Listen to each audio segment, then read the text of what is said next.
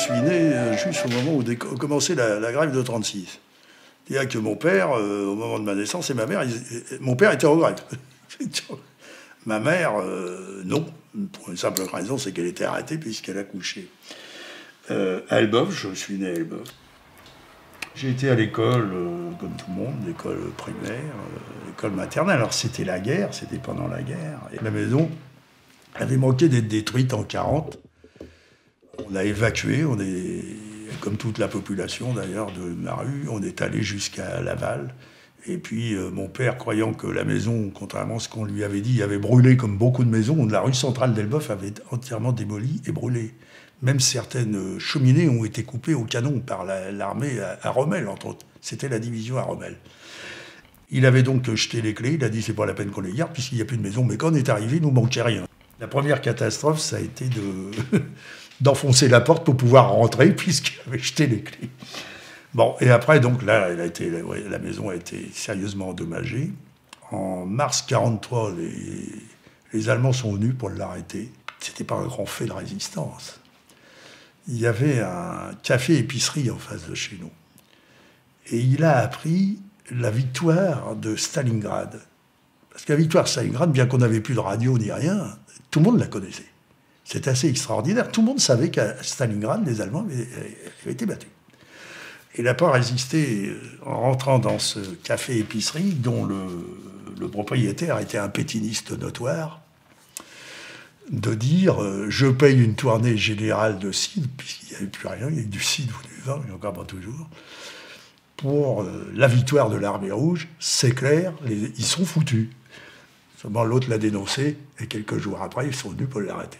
Alors ils ne l'ont jamais arrêté, parce qu'il est parti dans l'Eure, dans une ferme, sur une adresse de gens qu'il avait connus, mais l'adresse lui avait été donnée par un cadre de la PEC, je ne sais pas trop. Et il a attendu que ça se calme pour revenir. Et comme entre deux, il y a eu les bombardements, on a déménagé, on a changé l'adresse. On a vu les Américains monter dans cette rue, où il y avait d'ailleurs des Allemands de stationnés, mais ils étaient partis. Ils n'ont pas attendu le combat, ils se sont barrés. Mon père allait chercher du ravitaillement sur tous les convois qui n'avaient pas pu passer la Seine, parce qu'ils repartaient, ils battaient en retraite, mais ils emmenaient tout ce qu'ils pouvaient. Et le souvenir que j'en ai, c'est que c'est la première fois que je mangeais du thon en boîte. Parce qu'il avait réussi, avec un autre, à faucher un stock de thon en boîte dans un chariot, ou je ne sais pas quoi, allemand, et les ramener pour tout le monde dans la rue.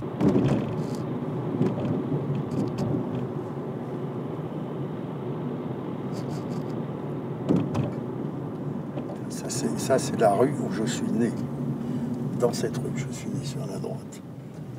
Et où j'ai habité après en haut, à la limite des habitations.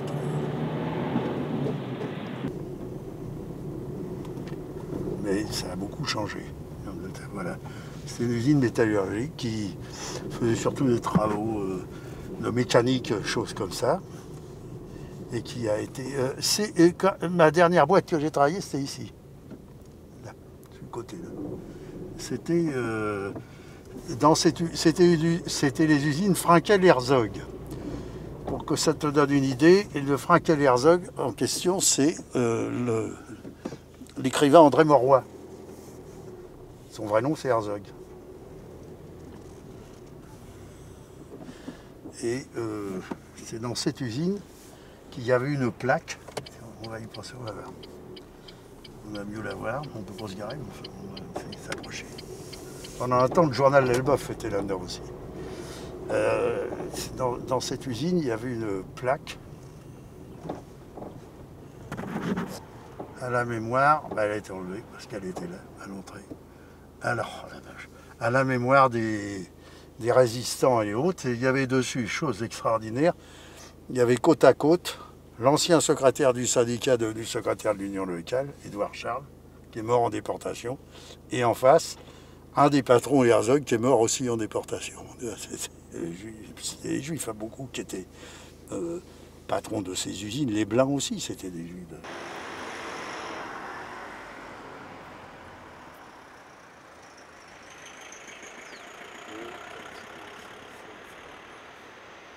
Il y a quand même 9 fusillés pour une ville comme ici, quand même. Alors, il y en a un, notamment Jean Delaunay, il y a une place à son nom. C'était le responsable des jeunesses communistes. Il avait planté le drapeau français sur la place. Et évidemment, ils l'ont arrêté, ils l'ont fusillé. Et il y en a, alors ça, c'est ceux qui ont été fusillés. Après, il y a ceux qui sont morts en déportation. Il y en a eu un aussi qui a eu la commandature allemande, elle était là-dedans, dans la mairie. Au rez-de-chaussée, il y avait le commissariat de police. Premier étage, il y avait la commandature. Et il y a un gars qui est arrivé à rentrer là-dedans et aller leur enlever le drapeau nazi qui était sur là-haut, sur le clocher, sur la façade, et d'y mettre le drapeau français. Et il a réussi à s'en sortir. Il a réussi à se barrer, ils ne l'ont pas eu, là, ils lui ont tiré dessus, mais ils ne l'ont pas eu. Il a été, je crois, blessé. Et il est parti dans cette rue. Et dans cette rue, il y avait un médecin, un chirurgien, qui a d'ailleurs été le premier maire en 1944, docteur Beauvoisin, qui a ouvert la porte, qui l'a récupéré, qui l'a soigné, le gars s'en est tiré. Le problème, c'est que cette ville aujourd'hui, elle a un taux de chômage, dis donc, très élevé comme partout.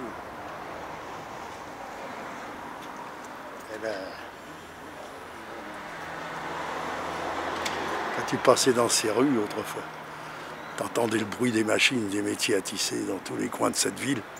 C'est vrai, ça donnait une idée d'activité, de ville qui participait industriellement au développement.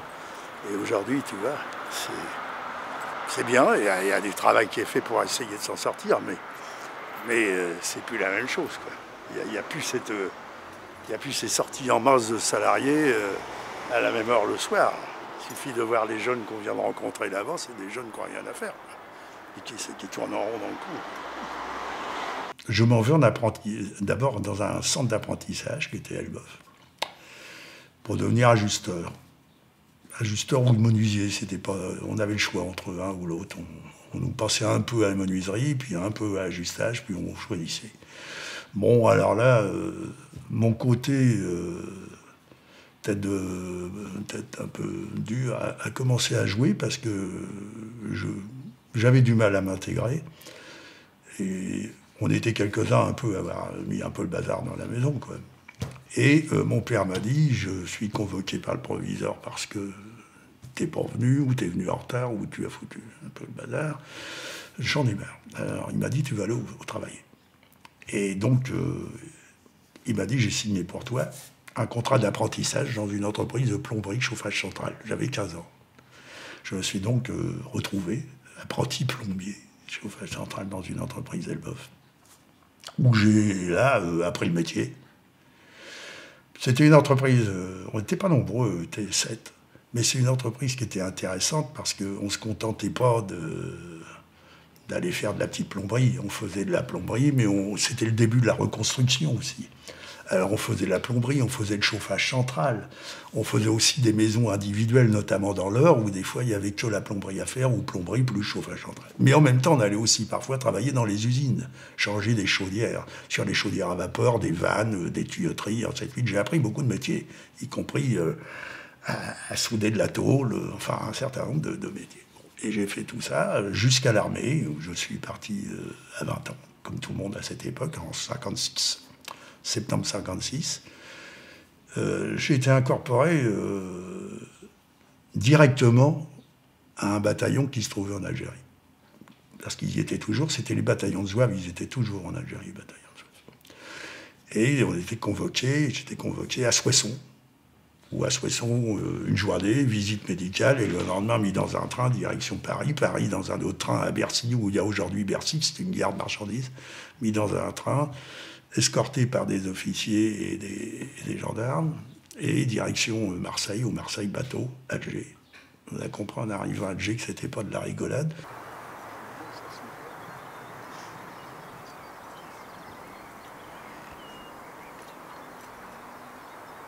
Je suis rentré en France en décembre, début décembre, fin novembre, début décembre.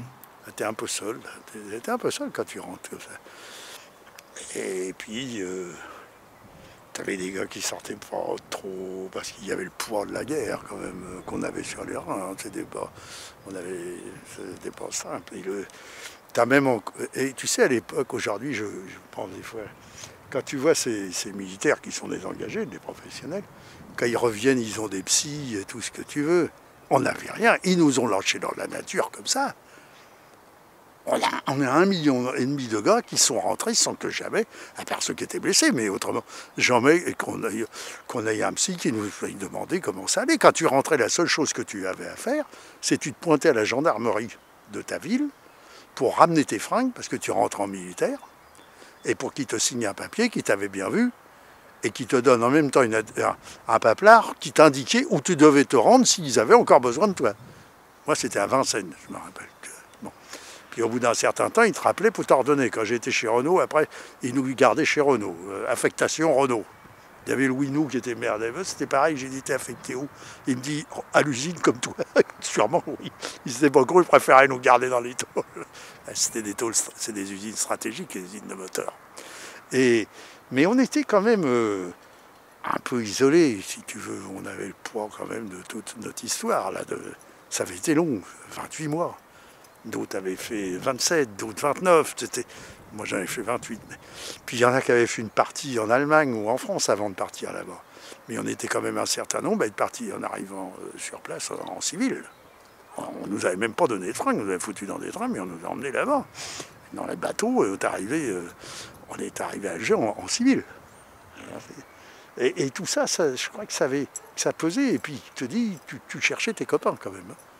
Quand tu revenais, où c'est qu'ils sont passés, puis tes copines aussi. Parce que, bon, alors ceux qui l'avaient à la maison, ben, j'ai un cousin, c'est comme ça.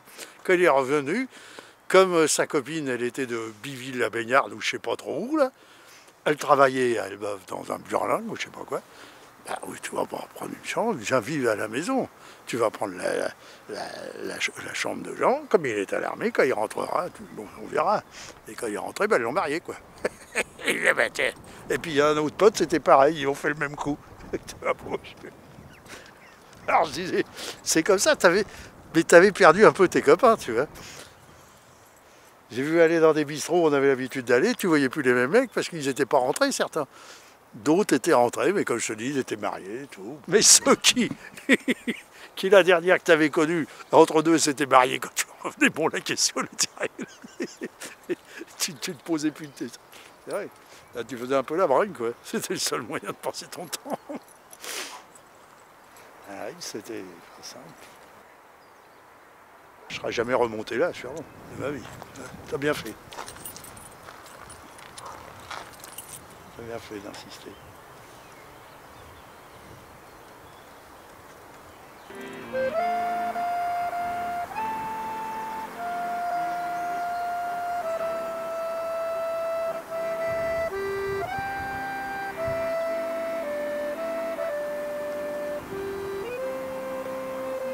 J'ai repris un peu dans l'entreprise où j'avais appris la plomberie et chauffage central pendant un mois, parce qu'à l'époque, une chose que n'ont plus eu après les jeunes, les patrons étaient obligés de nous rembaucher au moins un mois, quelle que soit l'entreprise.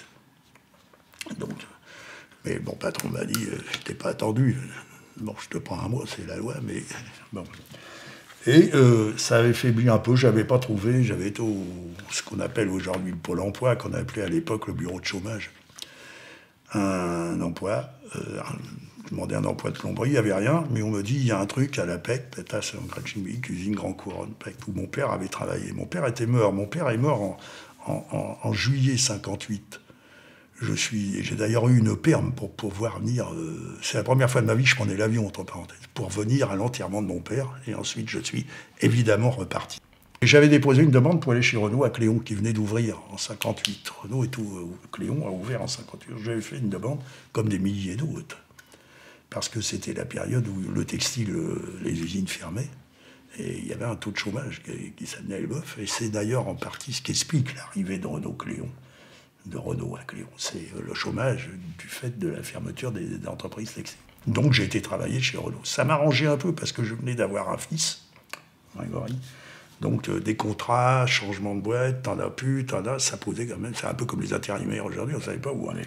Je suis arrivé syndiqué quasiment, parce que j'étais syndiqué depuis très longtemps. Ma première carte syndicale, je l'ai eue en 1956. Il faut savoir qu'il y avait une chasse aux militants CGT à l'ouverture de l'usine. On n'arrivait pas, la CGT n'arrivait pas, et encore moins CGT, et surtout s'il était communiste, à faire rentrer des militants connus. Il y avait par exemple des militants d'Elbeuf qui avaient été dans le textile qui n'arrivaient pas à rentrer dans la boîte. Parce qu'il y avait une chasse aux sorcières. Pour donner une idée, on a retrouvé ça un jour dans des archives, bien des années après. J'ai écrit un truc, moi, là-dessus, d'ailleurs, où le secrétaire départemental de Force ouvrière écrit au préfet pour lui demander de prendre toutes les dispositions pour embaucher des gens que de Force ouvrière. On en est là. C'est-à-dire que c'était quand même une drôle de faut pas croire, hein, c'était déjà pas facile à l'époque. Donc on n'était que des jeunes à présenter une liste aux élections de délégués, sauf un qui avait été militant, qui avait passé à travers le truc, qui avait été embauché. Et donc je suis devenu délégué du personnel. Et la majorité de grande partie des gars qui rentraient, ils venaient du bâtiment. C'était mon camp. Donc, non, mais il y avait on n'était pas habitués. Aujourd'hui, ils ont mis dans la tête des gens qu'il y a la crise, qu'il peut y avoir le chômage. Voilà. Aujourd'hui, ils utilisent la crise pour se dire les gens, ils empêchent de bouger. Là, à l'époque, tu pouvais changer de boulot. Regardez, il y a pire ailleurs. Regardez le chômage qu'il y a, vous avez encore du travail. Et ça rentre dans la tête des gars. Dans le bâtiment, tu avais des fois des trucs comme ça, où le gars, tu croisais un copain, il disait tiens, je travaille chez machin. Moi, j'étais plombier, monteur, chauffage central. Ah, combien de temps de l'heure? J'ai ça, mais un peu plus que moi. Mais il va embaucher. Bon, bah tiens, c'est une idée. Tu vas. Bon, enfin, moi après, tu vas foutre comme je ne savais pas, mais enfin, bon, c'était un peu comme ça. Alors, tout ça, ça donnait un autre climat. Il ne fallait pas trop nous les chatouiller, quand même. C'était ça un peu. Oui, il y avait une histoire. J'ai souvenance d'avoir vu un jour un gars sur une rectifieuse, emmerdé parce que ça ne marchait pas. Il a pris le chef du département 42 qui passe derrière, un petit bonhomme, c'est une tête de l'air finie. Et qui tape sur l'épaule du gars, alors vous avez des problèmes mon ami? L'autre il se retourne, les pognes plein d'huile, il te l'attrape pas le costard, il te le monte sur la bécane. Ça calme. Ils ont mis 8 jours pour savoir s'il licencie ou pas. Alors bon, on a obtenu qu'ils lui mettent que 3 jours de mise à pied, on a collecté du pognon, tout ça. Mais c'était ça aussi, tu comprends? C'est ce qu'on a fait aussi nous. Hein. On a fait aussi des grèves minoritaires, hein, faut pas... Oui, c'était pas non plus faut pas, 100%. Même entre nous, en 68, il y en a qui ont fait grève parce que, disons, on les a obligés à faire grève. Oui, c'était un peu bloqué. Ici comme ailleurs. Tu sais, moi, j'ai des votes où tu avais gratté un peu, c'est pas sûr que tu étais majoritaire. Hein. Bon, mais c'est comme ça, la vie.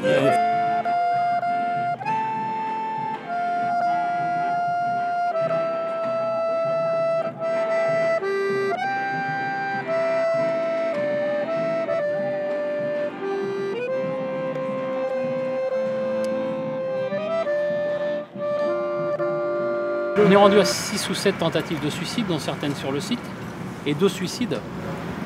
Malheureusement, les salariés se sont suicidés par pendaison sur le site de Cléon. Et voilà, il y a eu des enquêtes, il y a eu pas mal de choses de faites. Ce qui est démontré clairement, c'est pression, chantage à la grève, enfin toutes ces choses-là qui ont mis les salariés dans une telle situation qu'ils sont arrivés à se donner la mort sur le lieu de travail. Aujourd'hui, il y a une situation assez tendue.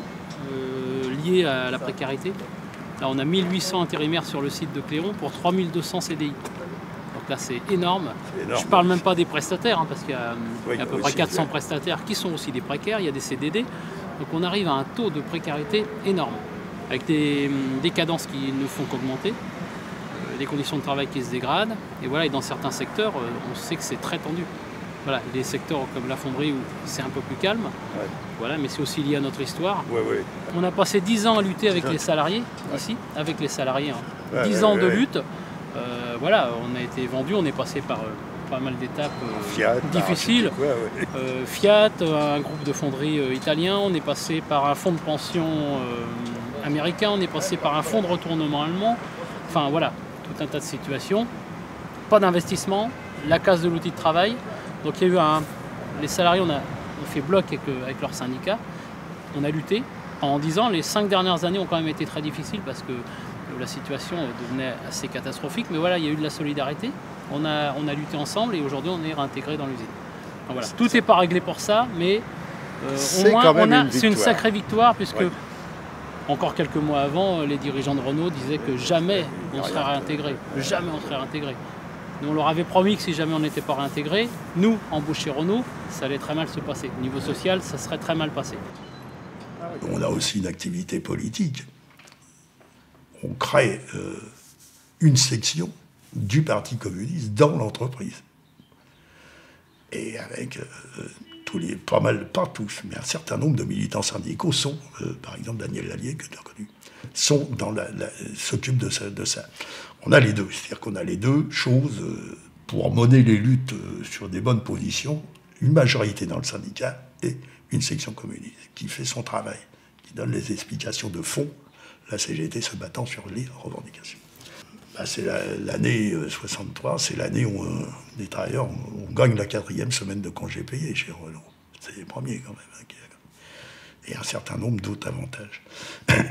Et progressivement, à partir de 67, la Fédération de la métallurgie me propose de sortir de l'entreprise pour mettre en place ce qu'on appelle l'Union syndicale des travailleurs de la métallurgie.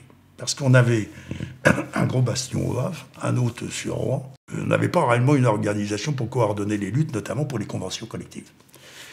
Donc il est décidé d'essayer de rassembler tout ça. Alors pour donner une idée, on a 7200 métallos membres de la CGT, et on en aura en début 1969 14 800.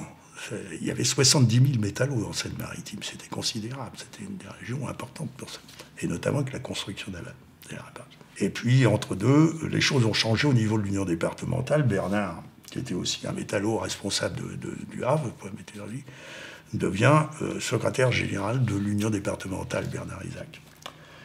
Et après, en 70, je vais quitter l'USTM pour devenir secrétaire général adjoint de l'union départementale, pour renforcer l'union départementale. Ça, c'est WAV, ça. Oui, c'est WAV. Cette manif-là, j'y c'est étais. Hein? Oui, oui. Bon, en 56. Ouais. Ouais.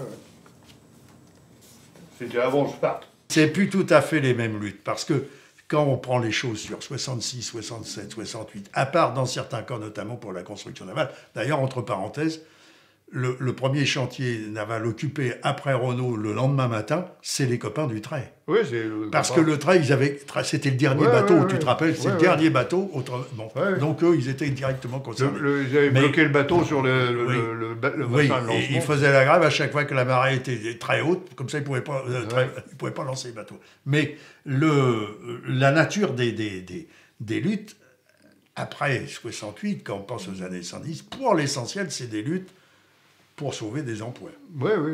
Or qu'avant 68, c'est aussi des luttes, surtout pour l'augmentation des salaires, les conditions de travail.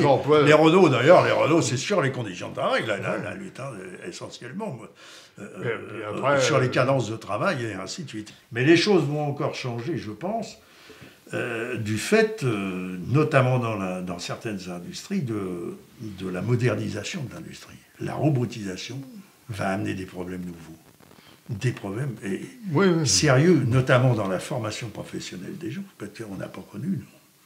Il va falloir une formation plus permanente, mais il faut quand même trouver le moyen d'employer tous les métiers qui risquent de disparaître en nombre de salariés du fait de la robotisation.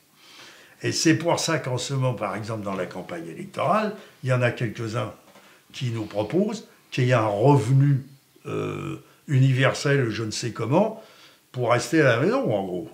Tu vois ? Plutôt que de dire il va falloir qu'on trouve le moyen d'utiliser toute la masse de salariés qui existe dans le pays. C'est ça. Bon, il faut être clair, c'est Hamon qui le propose ça. C'est ça, en fait. Ça veut dire qu'en gros, ils partent du principe, et le patronat est d'accord là-dessus, ils partent du principe qu'il y a une partie de la main-d'œuvre qui utilise une partie de la force de travail qui n'est pas utilisable parce qu'elle n'est pas formée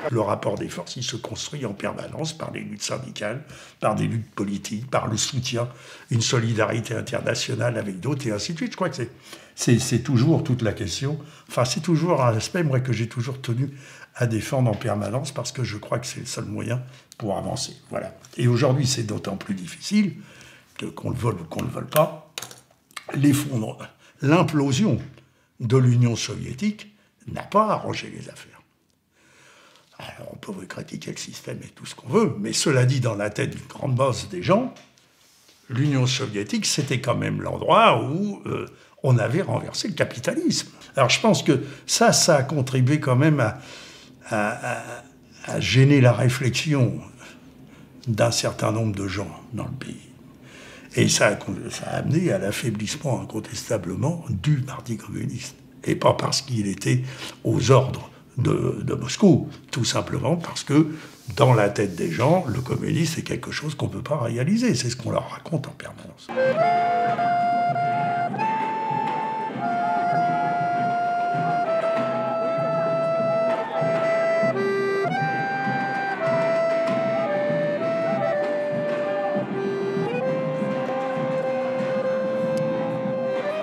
J'ai toujours eu quasiment des responsabilités syndicales et en même temps politiques. Et en 87, je suis parti à la demande du comité central à la politique extérieure du parti. C'était une période intéressante qui m'a permis de toujours rattacher tout ce qui se passait aux événements internationaux. Et je crois que c'est ce qui manque aujourd'hui. Il faut toujours faire la liaison entre... On disait avant, entre le particulier et le général dans le mouvement syndical, entre la revendication particulière et la revendication générale. Ben, c'est pareil en politique. Il faut avoir, et c'est vrai pour les dirigeants syndicaux aussi, avoir toujours une réflexion, une observation, une compréhension des événements internationaux. Par exemple, comment aller défendre les Palestiniens pour qu'ils finissent par avoir un État, si on ne fait pas de la politique, y compris si on n'entraîne pas les travailleurs sur cette solidarité qui est indispensable. Et c'était un boulot intéressant parce que tu as une vision je dirais, quasiment quotidienne du monde, quoi. Ce qui fait qu'aujourd'hui, d'ailleurs, quand je discute avec certains copains, ils me disent tu connais bien les choses, comment elles vont se passer. Ben, je dis tout simplement parce que tu as une habitude d'anticiper. Tu as une habitude de voir les réflexes. Tu as le réflexe un peu de classe d'abord. Qu'est-ce qui a intérêt à quoi? Ben, ça, quand tu as trouvé ça, si tu prends la situation actuelle avec la Syrie, qui a intérêt à ce que cette histoire de Daesh existe et continue? Si ce n'est l'Arabie Saoudite et quelques autres. Autour, les Émirats et ainsi de suite. Et qui derrière? Les Américains et tout ce qu'on veut. Toujours la même histoire.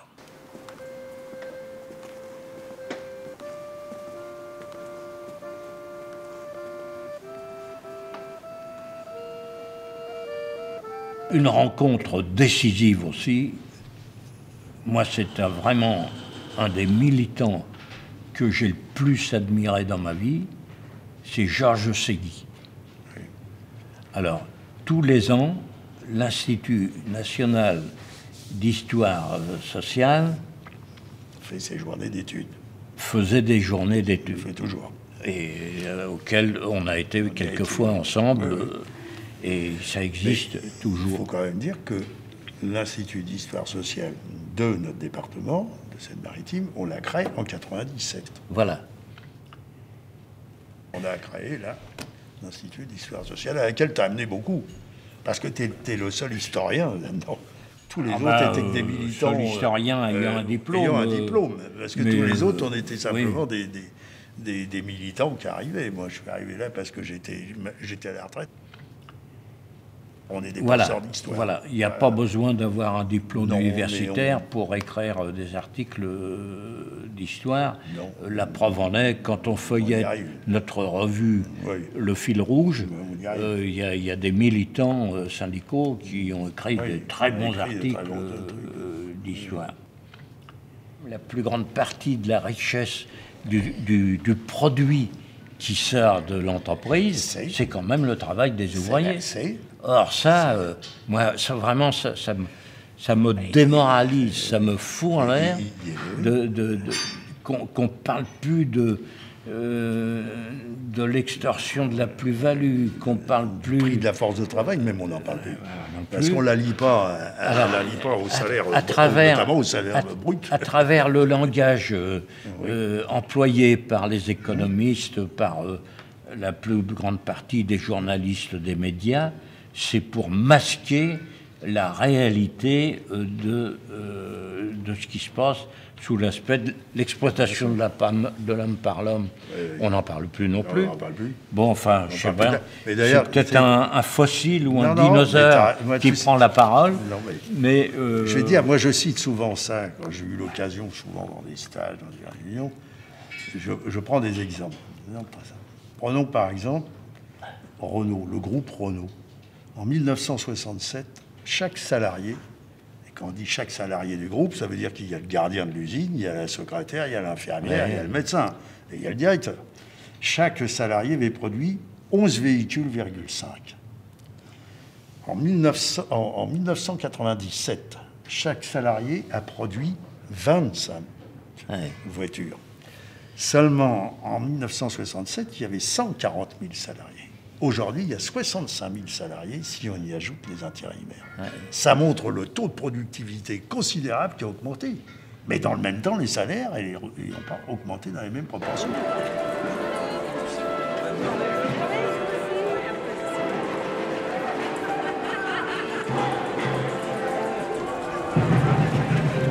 Il est comme moi, là, avec ça.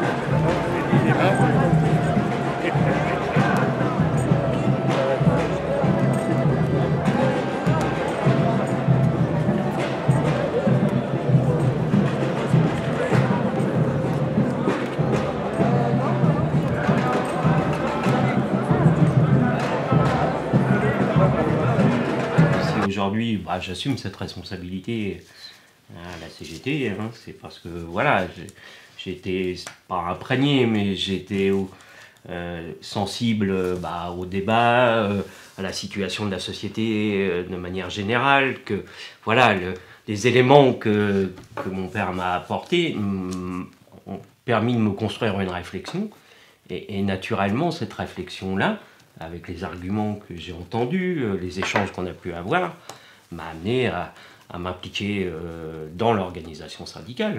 C'est incontestable. Alors après, je pense pas qu'il y ait de modèle en la matière. Après, ça tient aussi de la relation père-fils, quoi. Mais moi, j'en tire plutôt un bilan positif qui m'a permis de me construire, quoi, de construire ma réflexion, de m'amener à faire des choix de vie, des choix dans mon entreprise. C'est peut-être dans un autre environnement, je ne suis pas sûr que j'aurais eu le même parcours militant. Le parcours professionnel, certainement. Si j'ai été cheminot, c'est parce que aussi, il y a les conditions qui étaient créées pour qu'il y ait des embauches à la SNCF, et que c'est aussi la conséquence de l'implication de mon père dans la vie de la société qu'on fait que j'ai eu cette possibilité, comme plein de cheminots, de rentrer dans l'entreprise. Mais je pense que mon parcours militant est complètement lié à ça. Mon parcours professionnel, il aura été ce qu'il est, quoi. Je pense qu'il n'a pas eu d'impact, mais mon parcours militant, il a tenu à cette éducation, au sens noble du terme. C'est pas simple, et je trouve que c'est une chance pour les gosses de militants de devenir eux-mêmes des militants. C'est pas systématique. Il y a des exemples où ça a été l'échec plus qu'autre chose. Oui, voire un rejet complet. Un rejet, ou parfois une ignorance totale de la situation. C'est donc compliqué. C'est-à-dire qu'il faut, quand on est des militants avec un certain nombre de responsabilités, essayer de garder l'équilibre, s'occuper quand même d'avancer ce que tu as dit, les idées, les bases sans forcément, tout en n'étant pas toujours disponible et arriver à faire admettre qu'on n'est pas disponible. On ne peut pas être disponible parce qu'on a des responsabilités qu'il faut absolument assurer, responsabilités que nous ont données les adhérents d'une organisation et puis ou les travailleurs dans une entreprise. Donc il faut assurer tout ça. Je dis souvent j'ai appris tout seul, et le mouvement syndical, et plus particulièrement le parti aussi, m'a permis de connaître beaucoup d'autres choses. Ça, je crois que ça manque aussi aujourd'hui un peu. Alors bon, ils vont plus longtemps à l'école que nous, hein. Mais j'ai appris beaucoup, moi, par exemple, sur la peinture, qu'est-ce que tu veux, je n'avais pas d'opinion sur la question. Sur les arts, pas d'opinion. Sur la sculpture et la peinture, je n'avais pas d'opinion, ces trucs-là. C'est quand même là, à travers les écoles du parti que tu apprends. Quand tu es 4 mois à l'école du parti, tu apprends plein de choses sur la philosophie. La philosophie, je ne savais même pas ce que c'était, pratiquement. On n'apprenait pas. Hein. Qu'est-ce que tu veux? Certificat d'études, boulot. Hein. Tu n'avais pas le temps. Il n'y a pas de philosophie au certificat d'études. Tu n'apprenais pas grand-chose. C'est après que j'ai surtout appris. Je crois que c'est en ça que c'était une très bonne école. L'école des communistes, c'était une bonne école. Et je ne sais pas si ça existe encore d'ailleurs. Enfin, c'était très, très intéressant.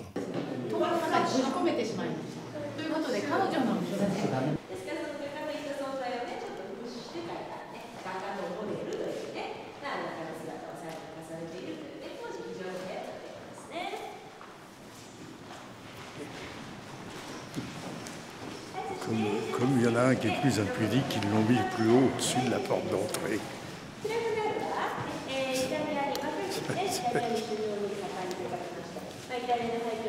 Tu avais toujours un stagiaire qui te disait « Oh ben moi je comprends pas la peinture moderne, Picasso, machin, c'est des traits, ça veut rien dire. » J'ai même entendu un qui disait « Mon gosse pourrait le faire. » Et alors moi je leur expliquais un truc pour leur ramener à ce qu'ils étudiaient, c'est-à-dire ce qui était aujourd'hui la lutte, l'industrie, la société dans laquelle vous vivez. Je disais voilà, je me mettais sur le tableau, je disais voilà, imaginez que vous êtes l'agent de police qui est au milieu de la place de l'Opéra, en 1800, qu'est-ce qui passe? Une voiture à cheval, voilà. C'est le soir, et une voiture à cheval. Et vous remettez ce même agent de police aujourd'hui, dans la même situation, à la même heure, à la même saison, lorsque la nuit est tombée. Qu'est-ce qu'il voit?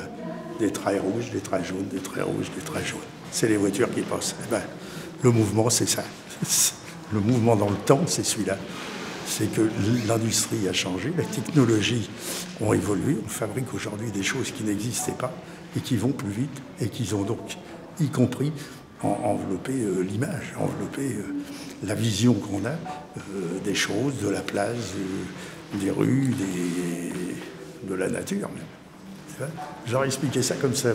Je ramenais ça aux techniques nouvelles, en quelque sorte.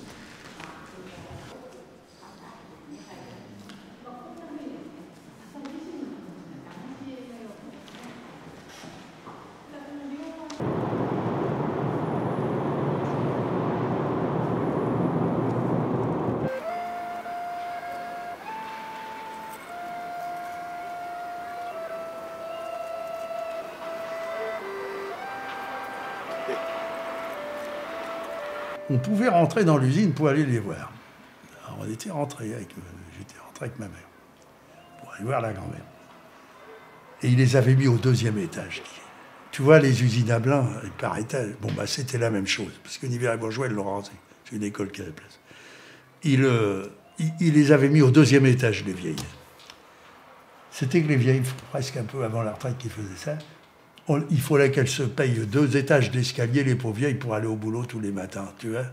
Alors elles étaient quand même contentes, parce qu'il y avait un des patrons qui passait les voir de temps en temps, puis qui leur serrait la main, qui leur demandait comment qu'ils allaient.